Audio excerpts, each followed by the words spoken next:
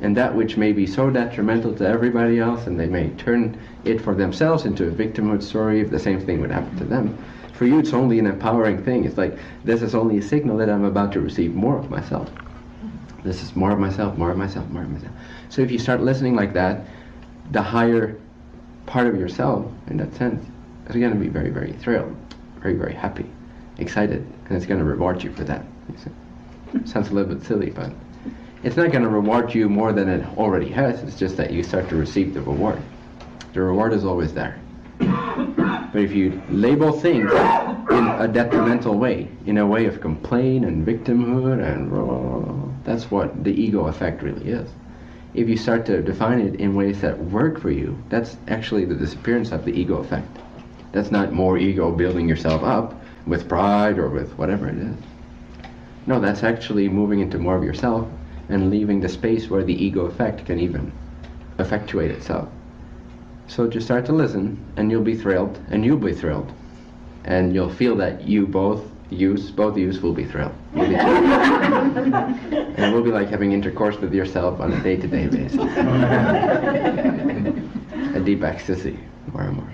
Deep appreciation, a mutual appreciation. Because you're doing your part, which is simply to listen and receive. And it's doing its part, which it always does flawlessly, which is to give, to send, to know how and when, etc., the timing of things. But if we can let go of the how, that's when we can truly start to listen. If we have an agenda for the how, we're basically not trusting that our higher version of ourselves has a way better grip on these things. See, we're just like, we're not even capable, we're 0%. I was going to say like we're 0.001% able to guide our life, but in a sense, nothing. Like we're not able to know how and why and what's in our best interest. So that's not our duty, you see. And when we're trying to take on a job that's not ours, that's when we get depressed, it becomes really heavy, becomes a burden, a backpack, victimization, sense of betrayal from the universe, from yourself, hopelessness, desperation, suicide, all these things. But if you simply start to listen, that's all you need to do. Stop figuring out the hows. It's not up to you how. It's up to you how. But why won't you trust that? Why won't you trust that the you will take perfect care of you? Because it's you. Wouldn't you take perfect care of you? If you were so much wiser and so much more established in pure unconditional love, would you not want the best for you?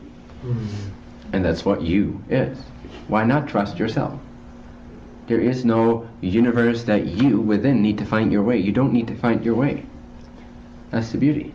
You don't need to find your way. You just need to thank yourself.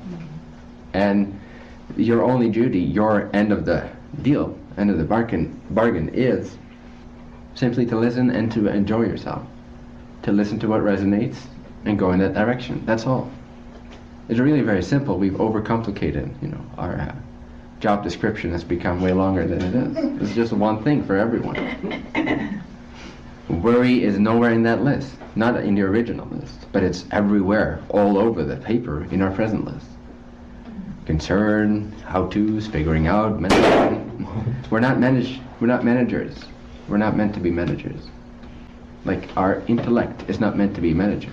Our consciousness here, our physical focus is not meant to know things like how and when and why.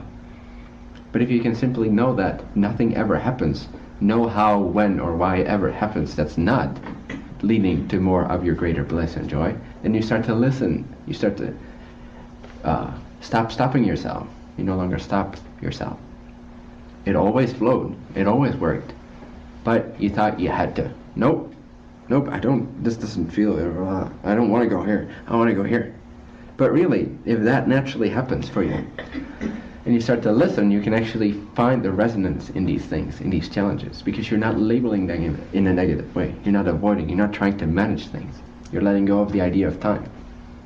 Thus you're creating less of the sensation of waiting for something to happen, goals in the future, and more you just start to live naturally in the present moment without trying to be present, just because it's your nature to be present, because it's your duty to enjoy the present as much as you can. Because if you enjoy whatever is given to you If you say thank you to everything that's given to you, it will start to flow. Just say thank you. Thank you. The things you don't like, thank you so much.